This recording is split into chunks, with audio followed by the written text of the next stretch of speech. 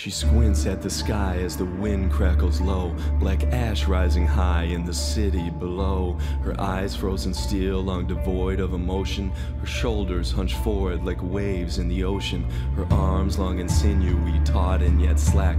The putrid breeze whistles and beats at her back.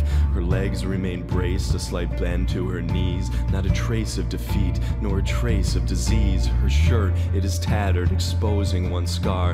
Her teeth, they grind slowly. She knows they're not far. Her boots have been tightened and thrice reinforced. Her throat had gone dry and her voice had gone hoarse. Then it starts as the cityscape's dusk turns to dawn, like a fresh grisly canvas so recently drawn. The scene springs to life, or quite rather to death. There's a chill in the air, but she can't see her breath. A lone figure appears from the smoke in the pyres, a warped silhouette from the heat of the fires. Its blood-splattered target cannot be mistaken. Its purposeful pace, she is sure won't be shaken. The figure is focused, it slowly advances, with empty eyes blind as pure hate or romances. But she doesn't run from the death she can smell, from the stench of the cold, rotting essence of hell. No, she stays on her perch on the hood of this Ford, with a passive persona that almost looks bored. Her knuckles are pale on the hilt of her weapon. The streets and arena she'll soon need to step in. She scratches an M on the roof of that Torres,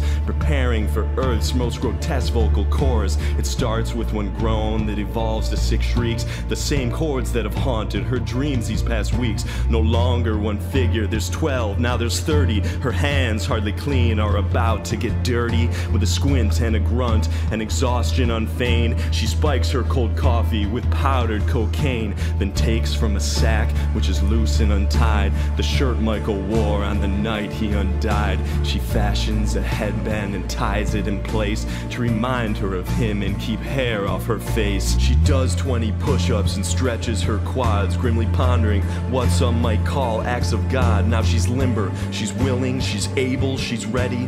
Her sword has been drawn and her hands are both steady. Oh Michael, she mutters, this might be goodbye. The world's gone to shit and I still don't know why.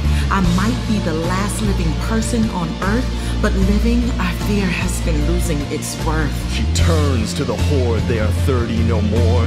For every square yard she can count at least 4. She watches the knuckles grow white on her fist as the staggering corpses approach from the mist. With nerve endings twitching and aching and throbbing, she curses the devil for souls he is robbing, but takes a step forward, then 3, and now 5. Astonished, these people, once dead, are alive. She levels her blade as she hastens her pace, resigned to survive or to die in this place. She's inches from battle, her arms are both swinging.